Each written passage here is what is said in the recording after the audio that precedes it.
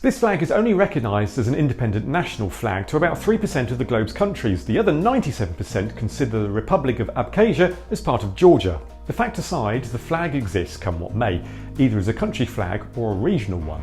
The open white palm on the red background is the symbol of Abkhazian statehood, and a version of this, but in darker red, had been flying since the Middle Ages in the town on Sebastopolis, which is now the location of Abkhazia's capital city, Sukhum.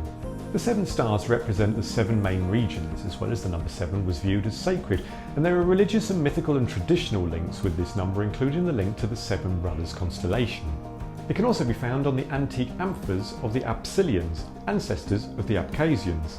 There are also 7 stripes, the green for the local Muslim community, the white for Christians. There was a period from the mid-1920s where the flag was replaced by the local SSR Georgian flag, and in 1978 this Abkhazian ASSR flag was introduced before the current version was formalised by the local parliament on the 23rd of July 1992.